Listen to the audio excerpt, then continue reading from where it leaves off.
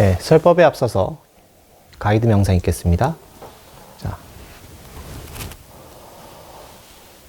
여러분들이 앉으실 때는 자세가 안정이 되셔야 돼요. 양 무릎이 땅에 붙으셔야 됩니다.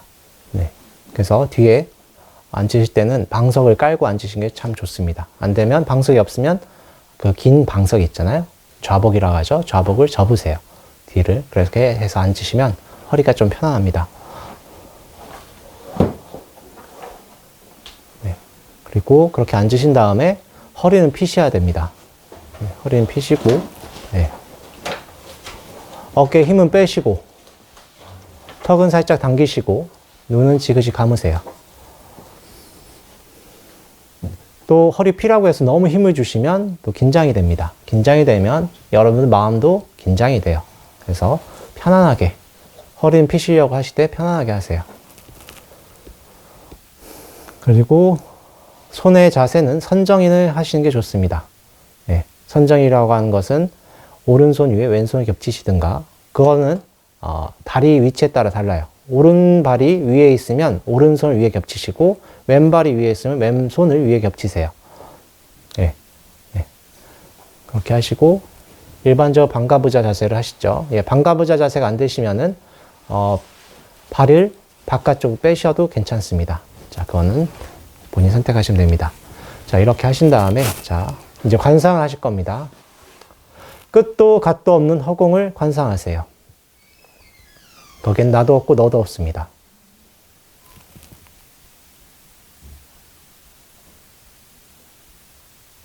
그 허공에 아주 맑은 물이 충만합니다. 그 맑은 물은 황금색으로 빛이 납니다.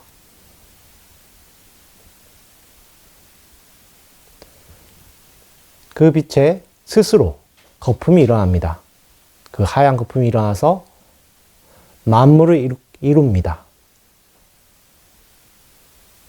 유정중생과 무정중생들이 다 이루어져서 그분들의 공덕과 모든 지혜가 녹아서 내 머리 정수 위로 모입니다. 그래서 엄지손가락만하게 아미타 부처님을, 황금색 아미타 부처님을 만듭니다.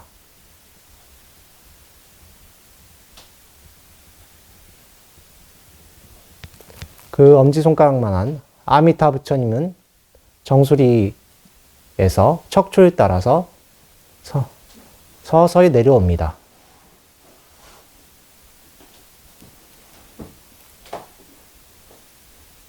서서히 내려와서 가슴에서 멈추세요. 여기서 말하는 가슴은 여러분들 소위 말하는 중안 있죠? 그 중안 위에를 말합니다. 그 가슴, 양 가슴 사이를 말하는 것입니다.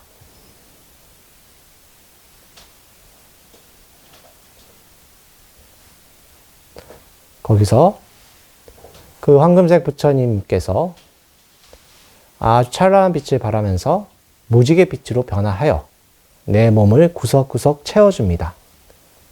이 빛은 모든 공덕과 지혜가 충만했기 때문에 여러분들의 업장이 다 소멸되고 여러분들은 청정하게 됩니다.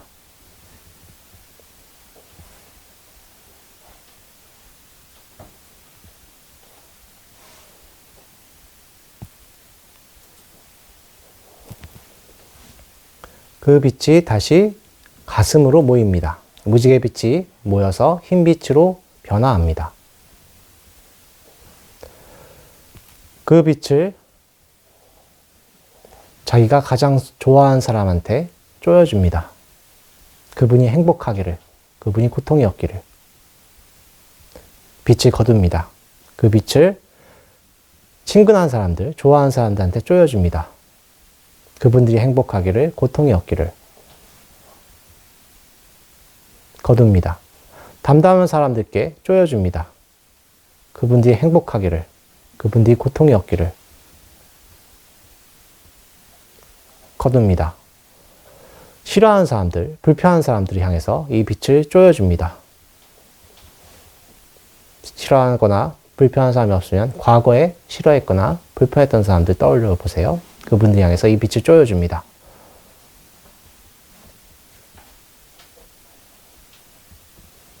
그분들이 행복하기를, 그분들이 고통이 없기를 거둡니다. 여러분들이 제일 싫어하는 사람을 향해서 이 흰빛을 쪼여줍니다. 그분이 행복하기를, 그분이 고통이 없기를.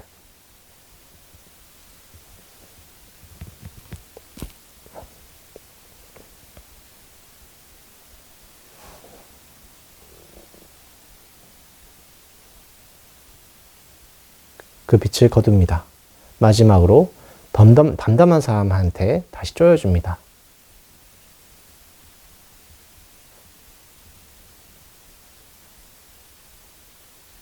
빛을 거둡니다.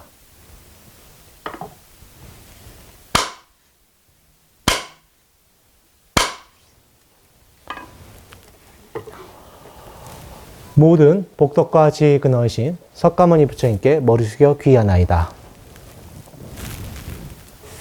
저번 시간에는 짱기경 262쪽에서부터 265쪽까지 했었죠. 짱기경 하면서 여러분께 말씀드렸었습니다.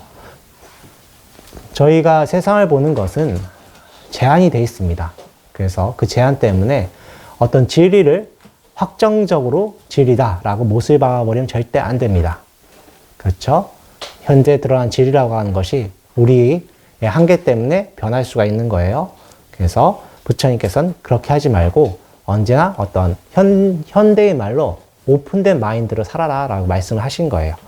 그렇게 해야 진리를 보호하는 거다라고 하시는 거예요. 학자들도 쉽지 않습니다. 저희가 대학교에서 그리고 논문을 쓰면서 석박사 과정에서 언제나 학문에 배우는 입장에서 열린 마음을 가져라 하지만 실제로는 쉽지 않아요. 굉장히 특히 성공하신 분들은 자기의 어떤 교육 학자로서의 위상이 굉장히 높기 때문에 쉽게 포기 못하는 것이 있습니다. 근데 저희도 그렇죠. 그래서 그것은 진리를 보호하는 것이 아니다라고 말씀하신 것이죠. 또 이것을 말한 이유는 브라만들이 자기가 가지고 있는 그 견해 있죠. 그것도 잘못될 수가 있기 때문에 그걸 너희들이 가지고 있는 견해가 진리라고 못을 박지 마라. 그러면 그렇게 못을 박지 않고 열린 마음으로 있으면 그것이 현자다라고 하신 것입니다. 하지만 진리를 깨달은 것은 아니죠. 완전한 진리를 깨달은 것은 아닙니다. 자, 제가 여러 번 말씀드리지만 진리가 왜 불교에서 진리를 계속 강조하겠습니까? 무명을 타파해야 되기 때문에 그렇죠. 윤회를 끊기 위해서는 진리를 알아야 되는 것입니다. 계속 제가 강조를 할게요. 왜 진리를 알아야 윤회가 끝나는가? 무명 때문에 그렇습니다. 모르기 때문에 우리가 윤회하는 거다. 그래서 진리를 안 것이 아니다라고 하는 것입니다. 그래서 예전에 스님들은 계속 수행을 굉장히 강조하죠. 수행을 강조하는 이유는 뭐냐면 이 교학, 학문 가지고는 내가 안 바뀌어요. 업력이 안 바뀝니다. 수행을 하면서 정말 적나라하게 내 자신을 비춰보지 않으면 정말 내 자신을 합리화하는 경우가 굉장히 많습니다. 자, 이렇게 쭉 보면은 다 신도님들이나 스님들도 다 욕심이 없다고 말을 해요. 근데 실제 행동을 보면 그렇지 않은 경우가 많습니다. 좀 이따 또 말씀드릴 건데, 저도 마찬가지고요. 적나라하게 자기 자신을 봐야 됩니다. 근데 그것을 굳이 말하지 마세요. 사회에서 생활하시는 분들은 약점이 될 수가 있습니다. 그래서 어떻게 부처님께 다 보여라. 부처님께 모든 걸 보여라. 라고 하는 것입니다. 자, 그 얘기도 좀 차차 이따 하겠습니다. 그래서 오늘은 265쪽, 진리를 깨닫는 길, 이제 진리를 보호하는 거에 대해 말씀하셨죠. 이제 진리를 깨닫는 길에 대해서 말씀하실 겁니다. 같이 읽어볼게요. 자, 보셨죠? 읽겠습니다. 콧다마 존자님, 그렇게 해서 진리를 보호합니다. 그러나 어떻게 진리를 깨닫습니까? 바라드와자, 어떤 비구가 한 마을에 의지하여 머물고 있다. 그 마을에 살고 있는 한 장자가 탐욕과 성냄과 어리석음의 세 가지 관점에서 이 비구를 살핀다. 탐욕에 사로잡혀, 성냄에 사로잡혀, 어리석음에 사로잡혀, 알지도 못하면서 안다고 하고 보지 못하면서 본다고 과장하지는 않는가? 또는 사람들을 해롭고 괴로움을 가져오는 길로 잘못 인도하는 것은 아닌가? 살핀다. 얼마 후 장자는 이 비구에게서 탐욕이나 성냄, 어리석음으로부터 나오는 행동이나 말을 발견하지 못한다. 그리고 이 존자가 가르치는 법은 심오하고 평화롭고 탁월하며 탐욕과 성냄과 어리석음에 사로잡혀 있는 사람이 쉽게 가르칠 수 있는 가르침이 아니라는 것을 발견한다. 그리고 이 존자가 탐진치에서 벗어났음을 보고 그에 대한 믿음과 존경심을 갖는다. 존경심에 가득 차서 가르침을 듣는다. 가르침을 듣고는 기억하여 그 뜻을 새긴다. 뜻을 새기고는 그 뜻을 자신의 삶에 비추어 보아 받아들인다. 이렇게 받아들였을 때 열성이 샘솟는다. 열성이 샘솟으면 마음을 쏟아 매진한다. 마음을 쏟아 매진하면 면밀한 관찰과 숙고가 생긴다. 면밀히 관찰하고 숙고하면 분별력이 생긴다. 굳건한 분발력으로 그는 최상의 진리를 깨닫게 되고 지혜로 최상의 진리를 깨뜨려 보게 된다. 이렇게 해서 진리를 깨닫게 된다. 그러나 아직 완전히 진리에 도달하지 못하였다. 끊겠습니다. 이 부분은 저희 스님들이나 신도님들이 자주 하는 것이죠. 스님들 보고 이제 이분이 잘하고 있나? 이렇게 말하는 거예요. 이분이 탐욕에 따라 사는 게 아닌가? 탐욕에 따라 살면 이 스님 봐라 라고 그러죠.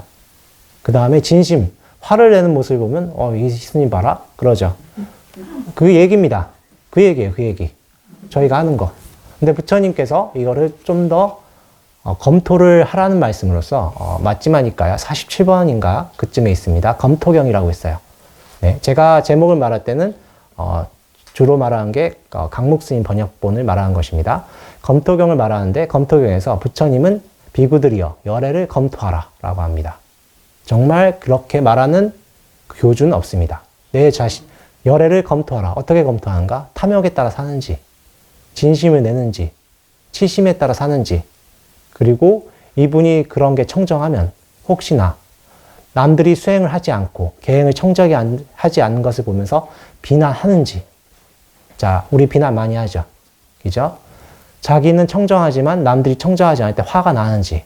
근데 그런 모습을 갖지 않으면 이분이 십선법과 십악법 있죠? 저희가 매일 저희가 천수경할 때 하는 10가지 참회가 있죠. 그게 십악법이고 그 반대로 하면 십선법입니다. 근데 선악이 뭐예요? 흑과 백이죠. 이분법이지 않습니까? 그래서 선법을 닦으면 락과가 있어요. 즐거움이 있습니다. 근데 그것은 머물름이 있으면, 집착이 있으면 여러분들은 또 윤회 세계에 들어가는 것입니다. 또 나쁜 행동에 대해서 또 집착이 있으면 어떻게 돼요? 악과가 고가가 있죠. 그래서 그것도 또한 윤회계에 들어가는 것입니다. 그래서 선악이 양면성이 있는 거예요. 그것을 떠나서 행동하는지 열애를 검토하라고 하십니다. 자, 그 얘기가 뭐겠어요? 우리 자신을 검토란 뜻입니다. 대승의 불교에서는 여러분들 아시겠지만 우리 자신이 부처라고 하죠. 여러분들이 자성 청정심, 자성 청정불이 있다고 하는데 그것들에 따라 내가 사는지 안 사는지 검토하셔야 됩니다. 부처님 말씀은 제가 이해하기로는 그렇습니다. 내가 그렇게 사는지 안 사는지 검토하라는 뜻도 돼요. 여러분들이 나 자신을 검토해서 따라와라 라는 뜻도 되지만 또한 여러분들이 나 자신을 따라서 수행할 때 여러분들 자신을 검토하라는 뜻도 되는 것입니다. 그렇죠? 그래서 여러분들이 검토를 하셔야 됩니다. 자, 탐진치를 다만 스승을 선택할 때는 그분이 겉의 행동이 제대로 되는지 검토하셔야 되겠죠. 그래서 부처님이 아주 세밀하게 말씀하시는데 어떻게 말씀하시냐? 검토경에서 여러분들 마음의 길을 모르잖아요. 그분이 마음 어떻게 쓰는지 모르잖아요. 그래서 저희 속담에 뭐라고 해요? 10길 물속을 알아도 한치 사람 속을 모른다고 그러지 않습니까? 그분의 마음의 길을 모르잖아요. 그래서 눈과 귀가 판단하는 대로 한번 그분을 판단해봐, 검토해봐라라고 하세요. 눈과 귀가 보이는 대로 말을 어떻게 하시는지, 행동을 어떻게 하는지 보고 판단하라. 거기에 욕망에 따라 살지 않고 그러시면 그분을 믿고 따라야 된다라는 말씀, 그런 뉘앙스 말씀하십니다. 그렇죠? 열애를 검토하는 뜻 속에 마찬가지예요. 탐진치를 가지고 이 비구가 어떻게 사는지, 탐욕이 있는지 없는지 검토하셔야 되잖아요. 그래서 그분이 그렇게 살면 여러분들이 귀의하시죠. 그래서 스님들한테 저 어른 스님이 뭐라고 하냐면 계행을 청정히 하라고 하신 그런 것 때문이에요. 최소한 그리고 겉으로 드러나는 신도님들한테 좋은 모습을 보이라고 하십니다.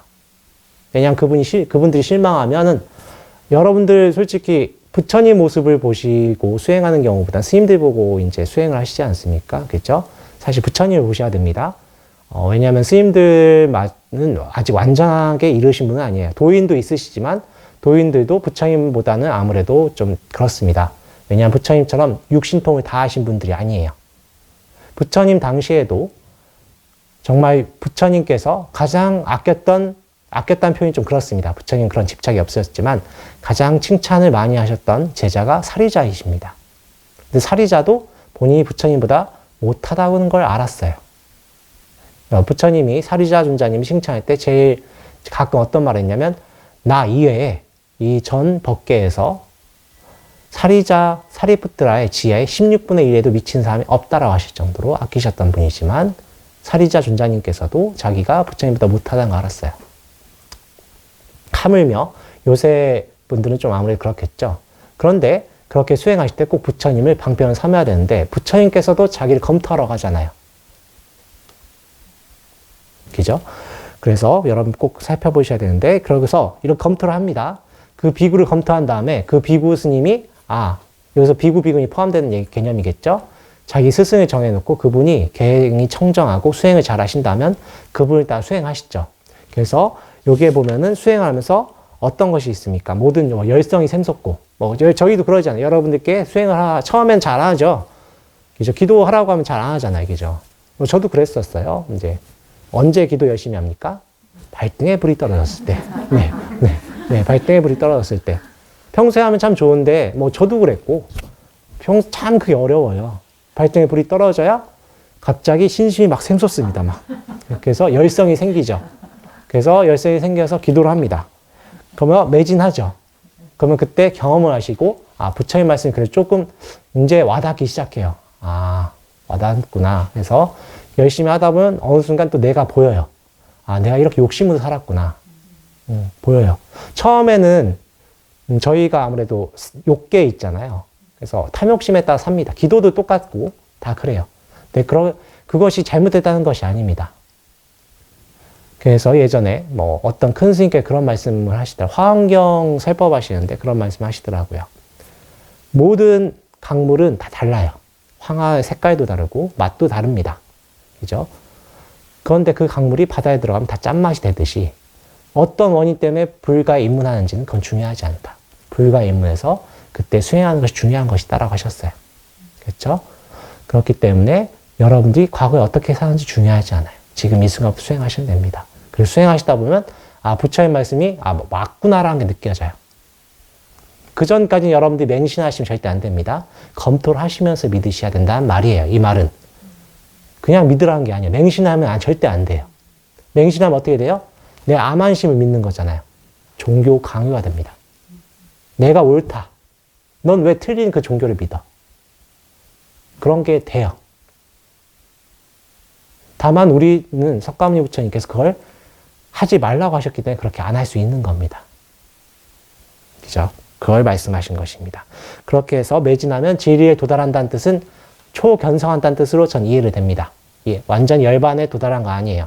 그래서 지리에 도달한 것은 지리를 깨닫게 된다는 뜻은 지리를 발견한다는 번역도 됩니다. 이제 지리를 알았어요. 이것을 흔히 말하는 예류가라고 합니다.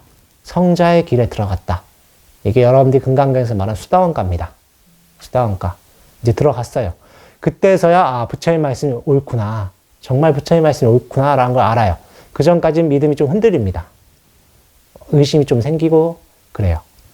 자, 그러면 이제 지리에 도달했는데 그 다음에 지리에 도달한 다음에 지리는 이제 완전히 그 지리의 순화가 돼야 되겠죠. 동화가 돼야 됩니다.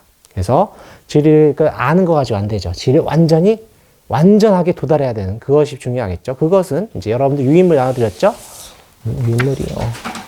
저번에 제가 책 다 꽂아놨었는데, 네. 네, 짱기경이요.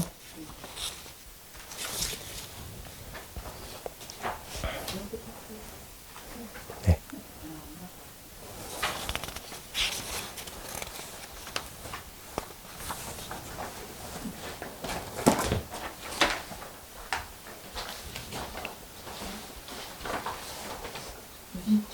네. 네. 자, 이건 내용이 많기 때문에 제가 읽으면서 설명하겠습니다. 눈으로 읽으세요. 네, 속으로는 꼭 따라 읽으셔야 됩니다. 부처의 말씀은 금구성언이라고 해서 어떠한 말씀도 허투루 버릴 것이 없어요. 꼭 읽어보셔야 됩니다. 그래서 다만 지금은 시간 관계상 제가 읽으면서 설명해 드리겠습니다. 이쪽입니다. 이쪽 넘어가세요. 그래서 이제 절치선 밑에부터가 저희가 오늘 할 내용입니다.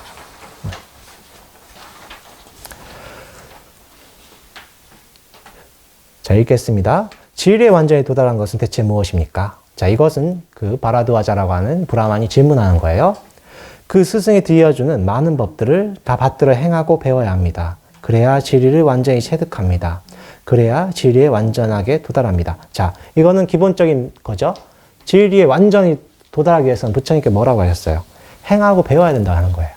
예. 스승께 여쭤보고, 스승이 있으시면은, 스승은 누구예요? 여기서는 부처님이시죠.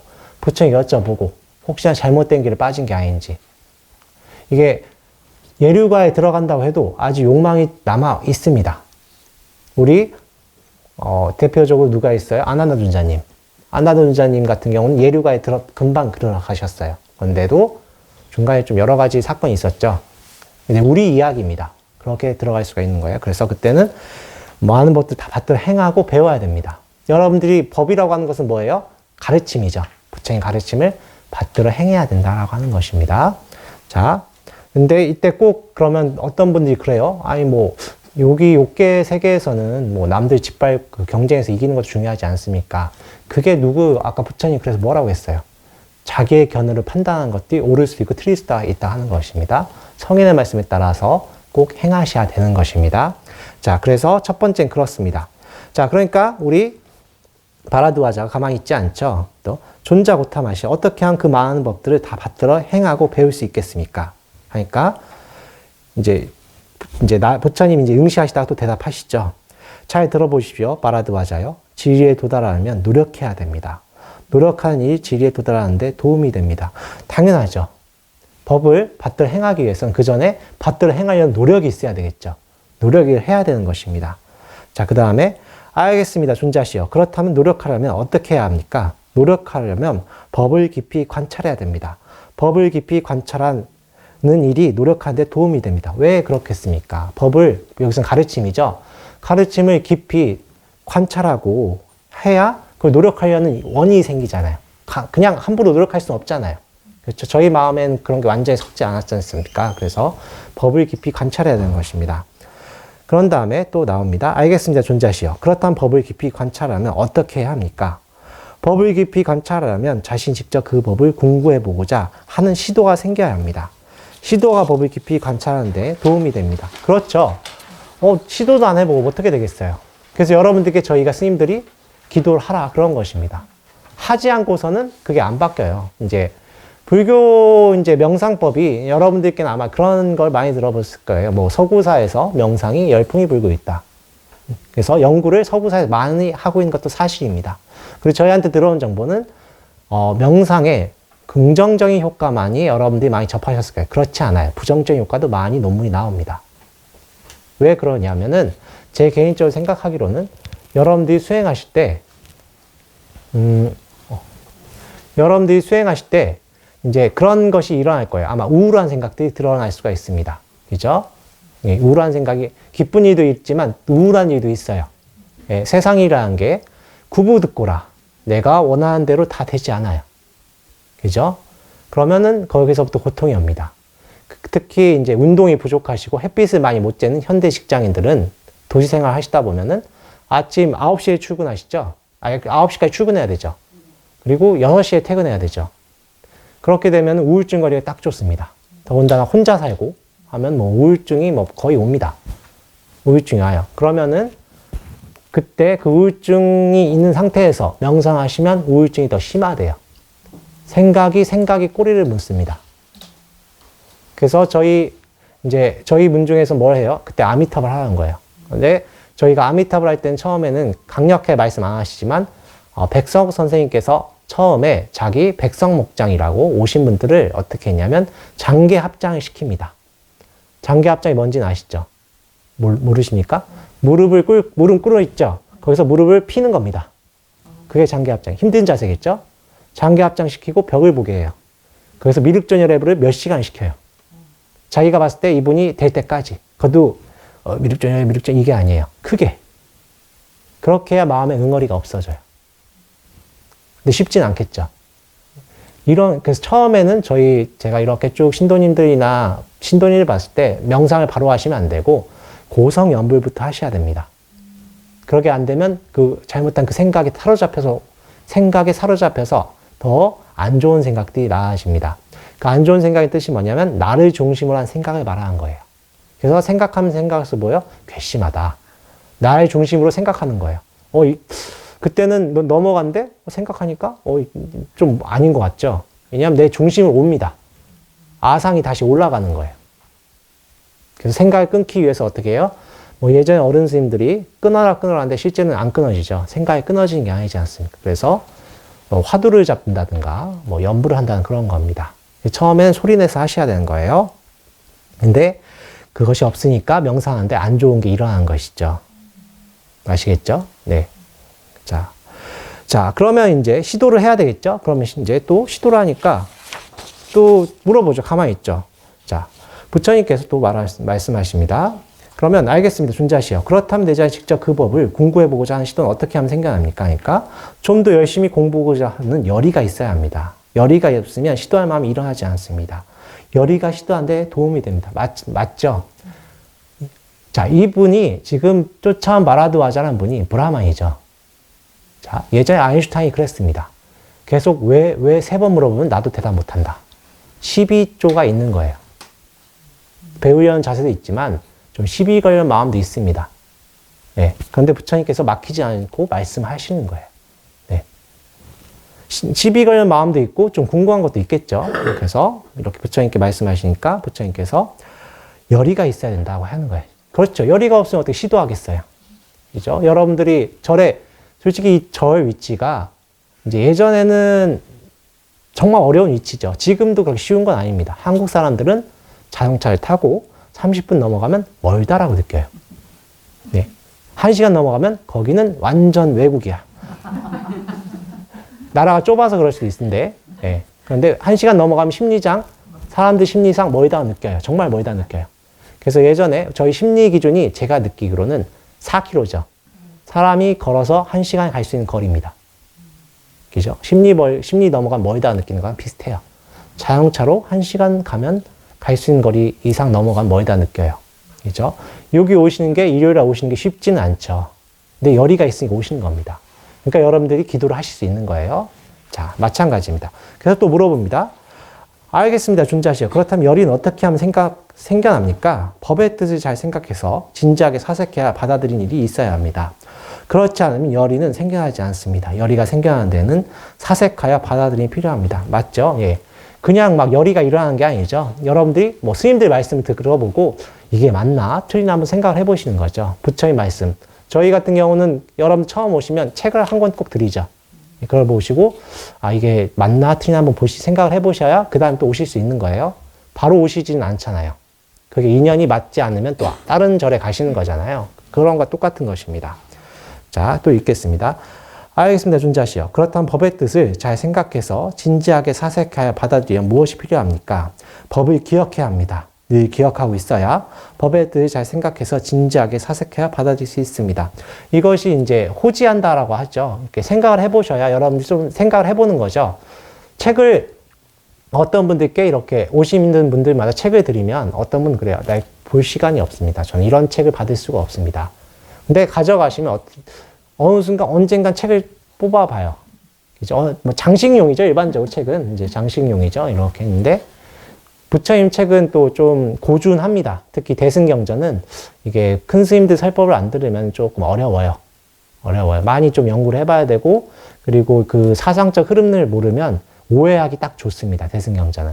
그래서 그걸 좀 들어보셔야 되는데 그래도 그런 것들이 인연이 돼야 책을 꺼내보지 않습니까? 그때부터 시작되는 게 바로 이 뜻을 말하는 것입니다. 법을 기억해야 된다. 예. 그런 다음에 또 말씀하시죠. 알겠습니다. 존재하시오. 그렇다면 법을 기억하는데 무엇이 도움이 됩니까? 법을 배워야 합니다. 배움이 기억하는데 도움이 됩니다. 제가 이제 스님들이 말씀드린 걸 제가 예를 들었는데 실제적으로 법을 기억하기 위해서는 배워야 되죠. 여러분 여기 오신 분들은 아마 어찌됐든 아마 많이 찾아보셨을 겁니다. 이것저것 설법도 들어보시고 하셨을 겁니다. 그걸 배우지 않으면 특히 저희 큰 스님 설법은 듣기 굉장히 어려워요.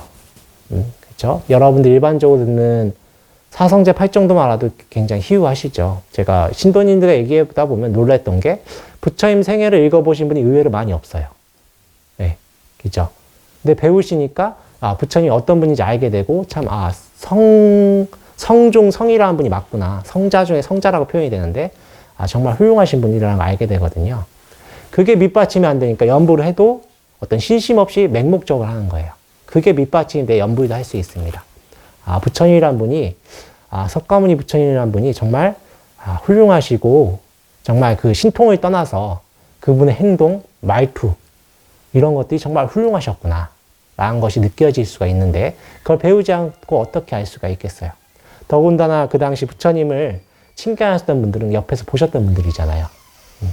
잘 생각해 보세요. 신흥종교 교주입니다. 그리고 그분이 말도 잘해요. 인물도 좋아. 질투가 많이 났겠죠. 그분이 행동이 똑바르지 않았다면 어떻게 되겠습니까? 사방에서 공격을 당했겠죠. 근데 그런 말씀이 없다.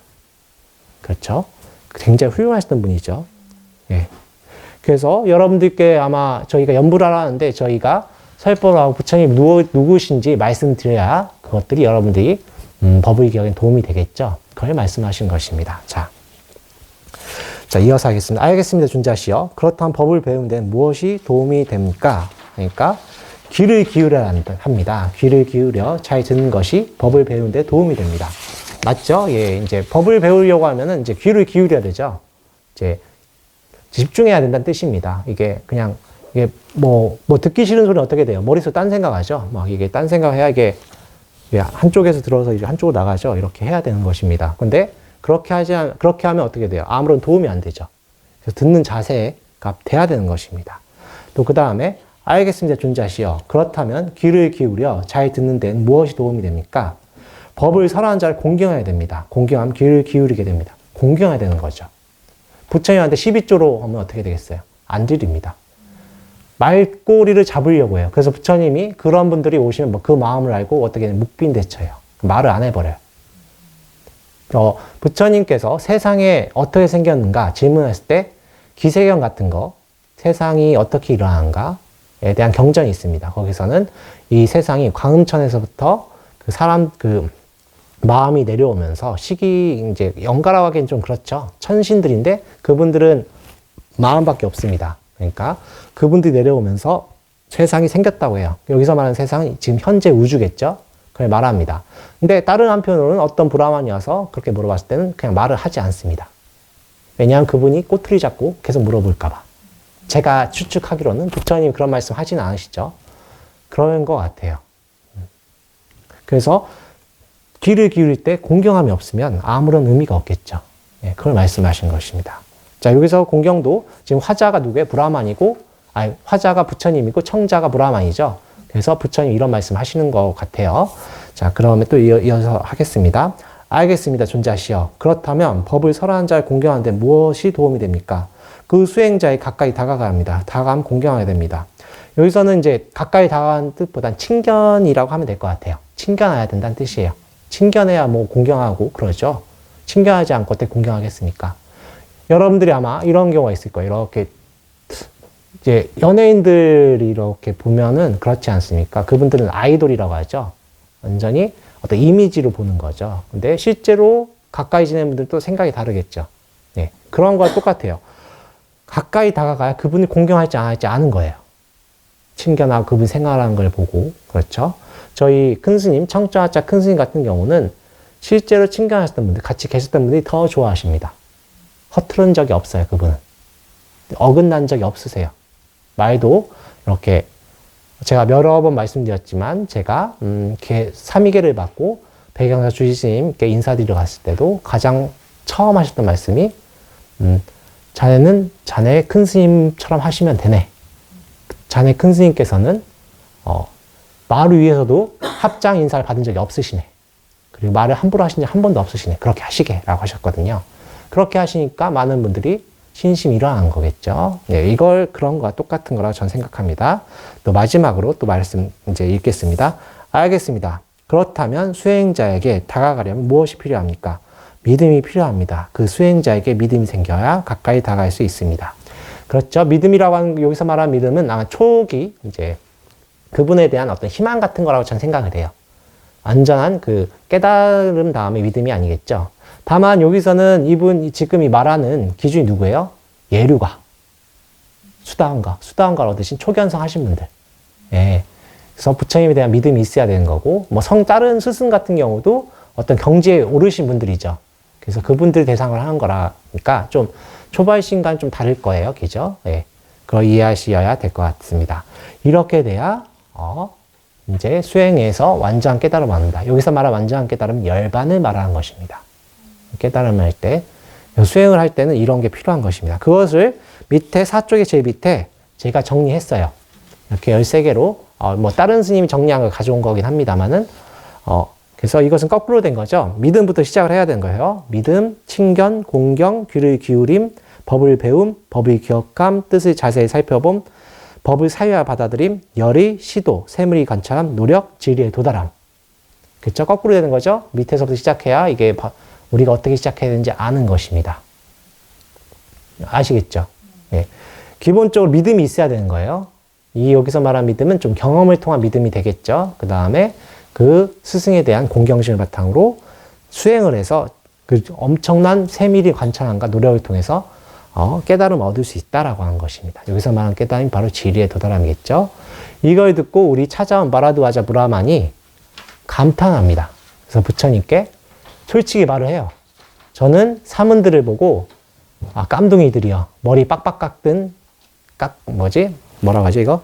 머리 빡빡 깎은 사람들이요. 이렇게 말하고 깎아중이라고 하죠. 깎아머리들아 뭐 이렇게 말을 했었고 껌둥이들아 말을 했었고 그리고 신의 발밑에서 여기서 말하는 신은 브라만신 수드라 계급이 발에서 태어났잖아요. 브라만신의 발에서 태어났기 때문에 그 신의 발에서 태어난 존재들이라고 제가 요구를 했었습니다. 하지만 지금부터 부처님께 귀의하겠습니다. 라고 말을 하면서 수행을 잘 하셨습니다.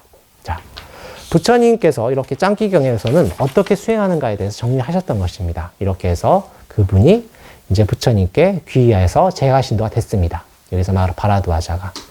그래서 부처님의 그 짱기경이 끝난 것입니다. 여러분들이 수행하실 때는, 뭐, 기본적으로는 여기 13가지인가요? 그렇게 해서 이제 부처님이 정리해 주셨는데, 기본적으로 처음 믿음이 있어야 되고, 그런 다음에 법을 배워야 되고, 그런 다음에 열의를 가지고 수행을 하셔야 되는 것입니다. 그렇죠? 그런 다음에 그때는 스승에게 귀의하셔서 정확히 수행 방법에 따라서 수행하셔야 되고, 중간중간에 여러 법을 배우셔야 마지막에 도달할 수가 있는 것입니다. 특히 여러 현상들이 나타나기 시작할 때, 제가 여러 번 말씀드리지만, 많이 알게 돼요. 수행자는 많이 알게 됩니다. 여러분들이 누구나 그래요. 수행하시다 보면은 남들이 모르는 걸 알게 돼요. 남의 미래가 보인다든가, 남의 과거가 보인다든가, 그래요.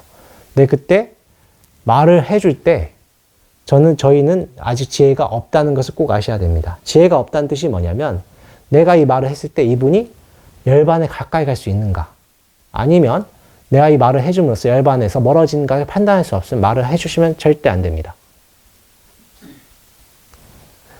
내가 이 말을 했을 때, 제가 저번에 말씀드렸지만, 그분의 미래를 제가 예언해 준다. 근데 그분이 그걸 통해서 겸손함을 얻을 고통을 통해서 겸손함을 얻을 수 있었는데, 겸손함을 얻을 길을 박탈할 수가 있는 것입니다.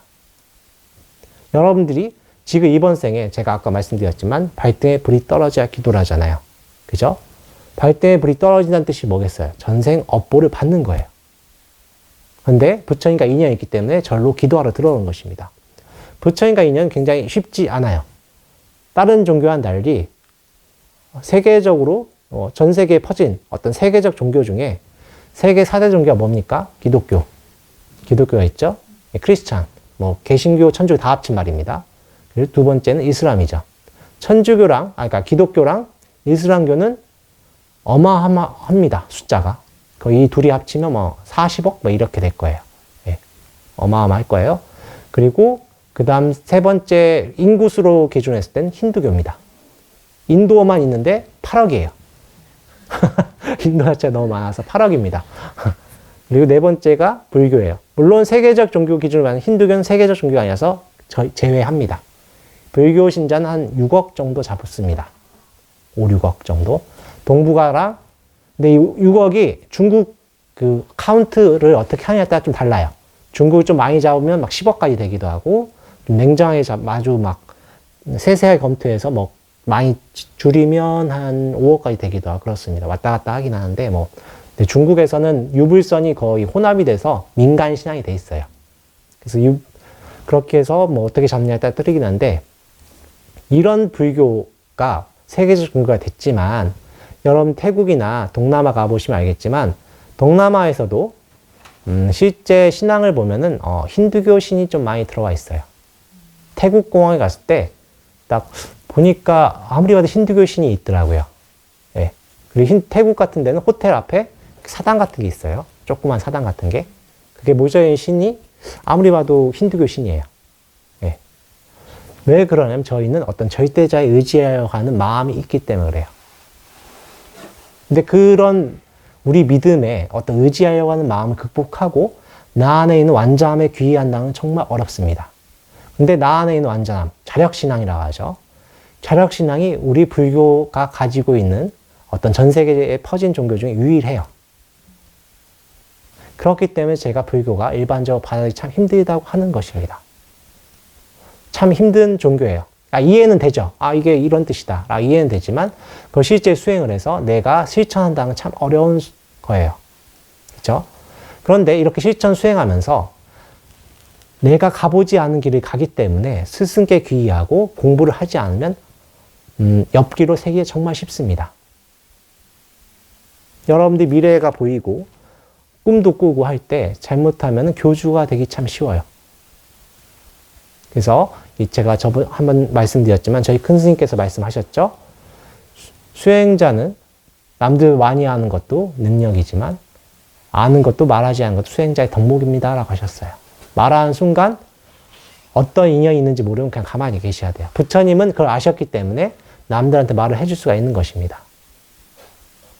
그래서 저희가 이 지혜가 반야지혜라고 하죠. 반야지혜는 어떤 지혜냐면 모든 인과가 그 네트워크로 퍼져가는 그 인과가 다 보여야 돼요. 여기에는 과거, 현재, 미래도 다 포함이 되어 있는 개념입니다. 내가 이분께 설법해줘서 이분이 어떻게 바뀔지 다 알아야 됩니다. 예전에 선승들 중에 가만히 봐서 이분이 근기가 있다 싶으면 며칠간 잡아두는 경우도 있어요. 아니다 싶으면 빨리 가시라고 하시는 경우도 있고 그런 정도 안 된다. 그럼 기도만 하셔야 돼요. 그래서 예전에 그런 말이 있죠. 남의 아기 버릇 고쳐주려다 더 삐뚤어지게 한다는 얘기가 있어요. 그렇죠? 그래서 이 제도하는 것은 부처님이 하신 거지 우리가 하는 게 아니다라고 합니다. 이 부처님의 뜻이 뭐겠어요? 무아라는 뜻이에요. 내가 완전히 비기 전까지는 제도할 때 조심하셔야 돼요. 부처님 검토, 내 자신을, 부처님 본인을 검토하러 가실 때 어떻게 해요? 남한테 비난하는지, 그분이 수행을 하는지 안 하는지에 대해서 비난하는지 안 하는지에 대해서 검토를 해봐라 라고 하시죠. 내 자신을 그렇게 보세요. 남들이 계율을 지키는 거에 대해서 아니면 어떤 수행을 하지 않는 거에 대해서 어떤 화가 나는지를 보셔야 됩니다.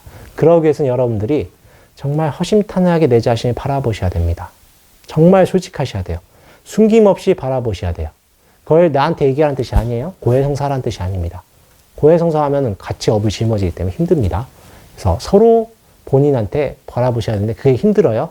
잘못하면 그 생각에 이끌려가서 우울증이 심해지는 경우가 있습니다. 그럼 어떻게 하시냐? 그때 아미타불 또는 관세모사 하시라는 거예요. 처음엔 좀 강력하게 하셔야 됩니다. 그래서 저희가 여러분들이 뭐라고 합니까? 삼성학 가서 목탁 치면서 하시라고 하는 거예요. 그게 굉장히 중요합니다. 처음부터 명사하기는 정말 어려워요. 제가 보니까 그렇습니다. 생각이 사로잡히면 딴 생각하면 1시간은 금방 갑니다.